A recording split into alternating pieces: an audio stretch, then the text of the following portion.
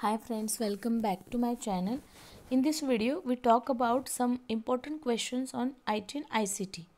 Okay, so let's start with the first question. If you are new on my channel, please like, share and subscribe my videos ताकि आपको आगे के ऐसे ही अच्छे से question आपको करने को मिले.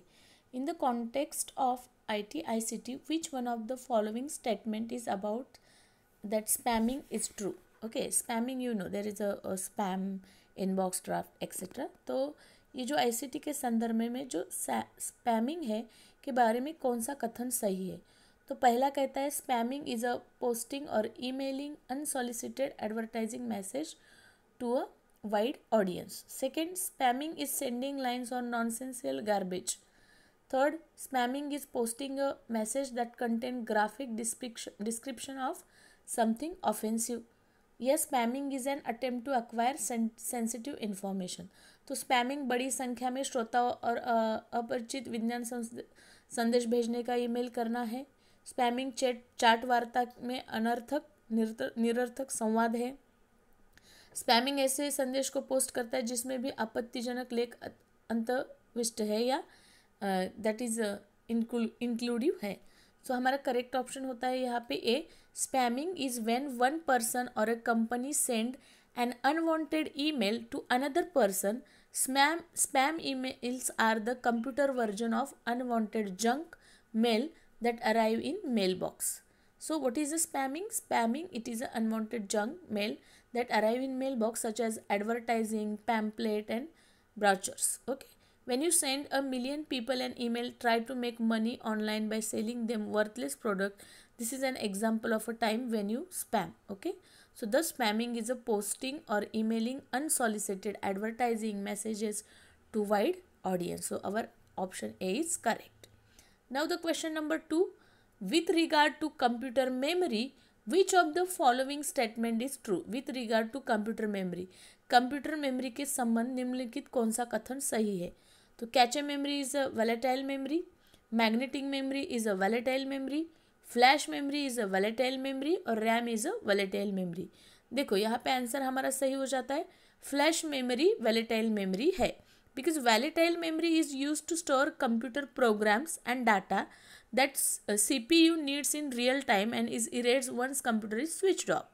But the volatile memory in contrast to non-volatile memory is computer memory that requires power to maintain the stored information. It is written. Okay. So the RAM and cache memory are volatile memory. So the option C is correct. Now next, satellite communication works through. Satellite संचार निम्नलिखित में से किसके माध्यम से कार्य करता है. तो वो कार्य करता है ट्रांसपोंडर से. Okay, so the correct option is option number D. A communication satellite transponder is the series of interconnected units that form a communication channel between the receiving end the transmitting antenna. So it is the correct answer is option number D, transponder.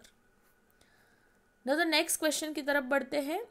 There are two statements given to us. Search engines are also known as web browsers. And दूसरा statement कहता है 189.36.250.2 is an example of valid IP address. तो इसमें से कौन से सही है. तो हमारा आंसर हो जाता है B. Both statement first and second both are false. How? Because search engine is a kind of website. यहाँ क्या कहा है? Search engine also known as a web browser. No, search engine is a kind of website through which users can search the content available on the internet. The web browser is an example of application software that is developed to retrieve and view the information from the web pages like HTML files present on the web servers. So जो search engine है वो क्या है? Kind of A website है जहाँ पे users search कर सकते हैं, वहाँ पे content available on the internet. Okay. Now, how the second is wrong? An internet protocol address, IP address, is a numerical label assigned to each device to the computer network. An IP address serves to main function, host or network interference, like जैसे 17.16.254. It is a correct. Okay. तो हमारा option B हो जाता है. दोनों ही गलत है. Question number 5 देखते हैं. Which of the following is the video conferencing software develop by Facebook. कौन सा वीडियो कॉन्फ्रेंसिंग जो है फेसबुक ने विकसित किया है, तो वो है work place. Option number B हमारा यहाँ पे करेक्ट है। Okay, work place from Facebook is a communication tool that connect everyone in a company even if they are working remotely. One can use familiar features like group chat, video calls, etc. So the option B is correct. Then VRML stand for VRML, it means virtual reality markup language. Option D is correct here. VRML stand for virtual reality markup language.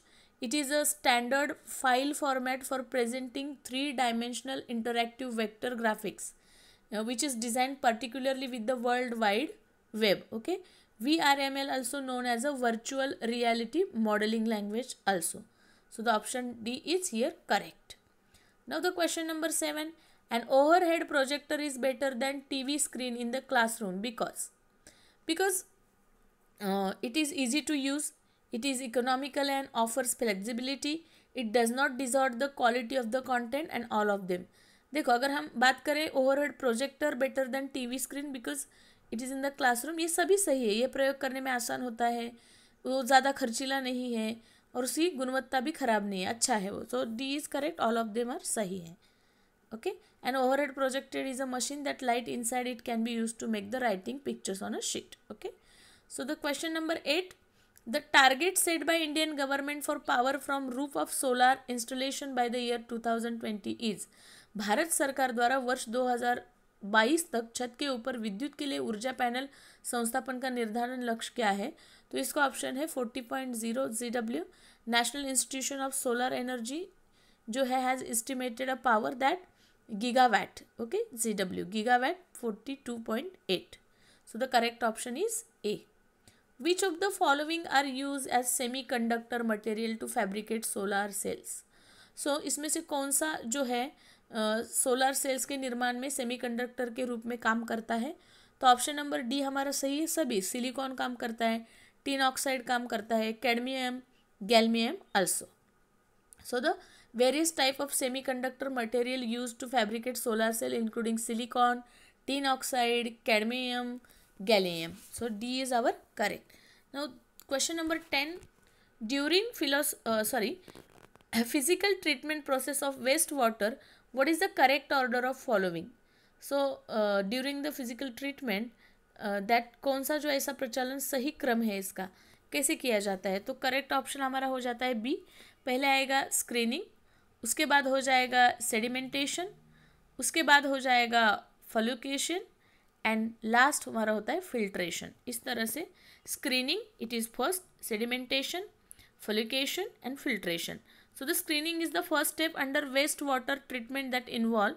उसके बाद sedimentation होगा, it is process of suspending the insoluble heavy particles and flocculation it is gently trying to encourage the particles and then filtration it is used for the filtering out all the condiments. Okay, then question number 11. Which of the following is impact of warm water on living organism? इनमें से कौन सा है जो जीवित जीव पर गर्म पानी का प्रभाव है? तो वो है सभी। It decreases the oxygen supply in warm water, it affects the ecosystem composition, it result in migration of living being. तो सभी के सभी इसमें इम्पैक्ट करते हैं। Then warm water impact live in organism in any way, उसमें से oxygen decrease हो जाएगा, वो इकोसिस्टम पे अफेक्ट करेगा लाइक दैट। 12वां का क्वेश्चन 12 देखते हैं। Consider the following statement about radioactive particles. Main source of beta particles are cosmic rays and gamma rays are use in medical industries. तो रेडियोधर्मी कणों के संदर्भ में क्या सही है? तो बीटा कणों का मुख्य स्रोत कॉस्मिक किरणें हैं और मेडिकल इंडस्ट्री में गैमा किरणों का उपयोग किया जाता है।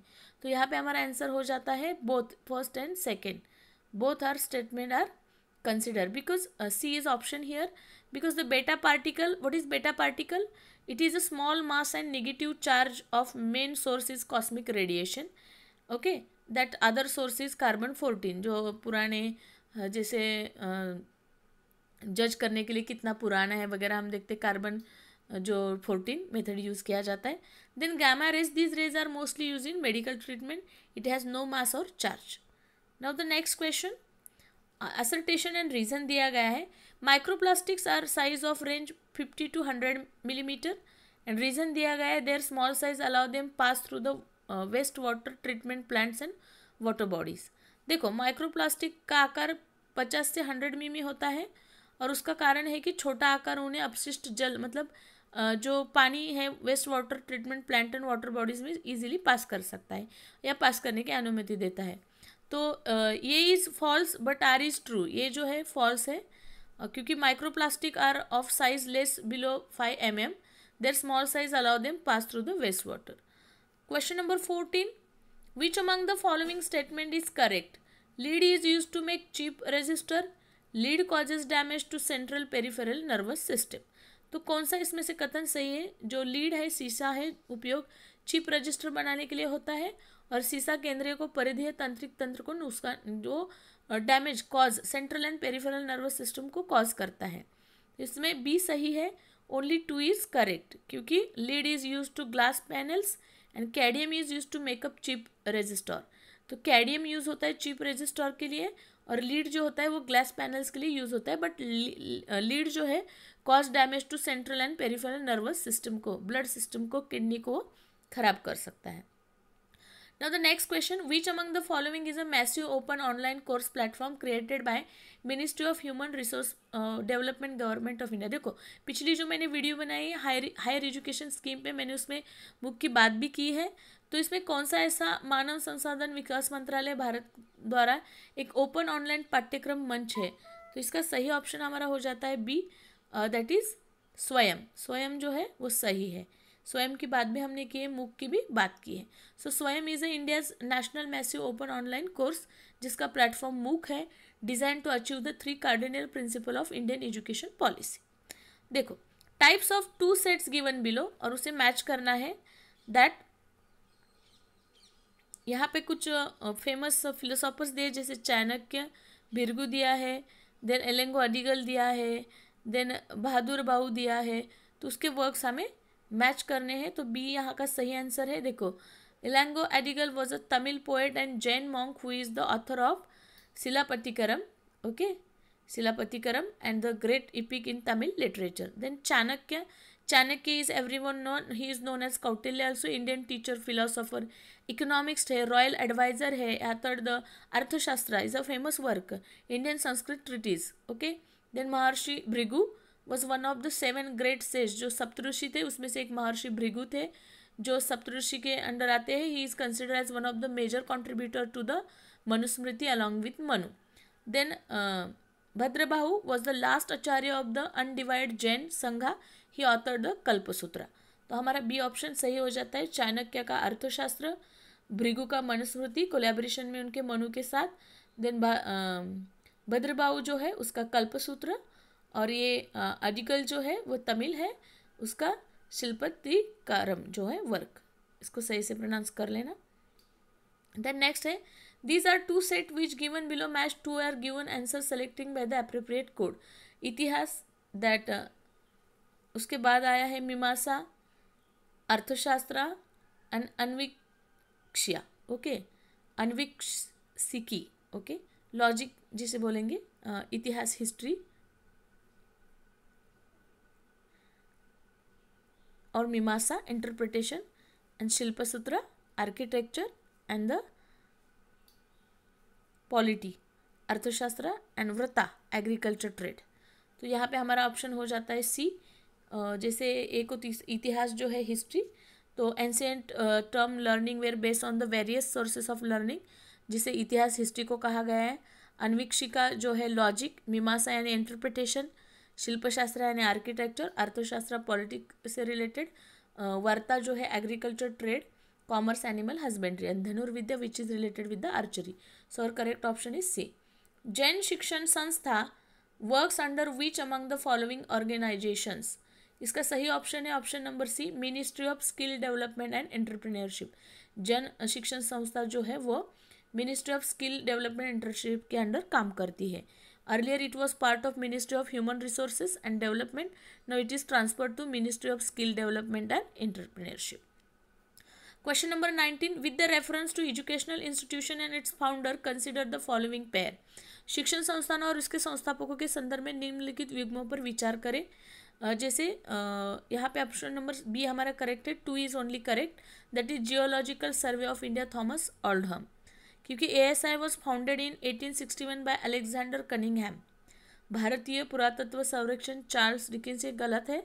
ओके, क्योंकि जो ASI है, एसेटिक सोसाइटी ऑफ बंगाल, वो किसका है? Alexander Cunningham also became first director general थे। उसके बाद Asiatic Society was founded by the British Indologist William Jones in 15 January 1784, और Thomas Oldham is establish of geological survey of India. तो हमारा option number 20 correct हो जाता है यहाँ पे। देखो पहले भी ये क्वेश्चन जैसे सेम लगता है, लॉजिक, आर्चरी एंड इंटरप्रिटेशन। तो अन्वीक्षी मतलब लॉजिक, मीमांसा interpretation, and the Varta agriculture and trade, Dhanurvidya archery. This is how we have completed 20 questions in this video. If you like my video, then like, share and subscribe.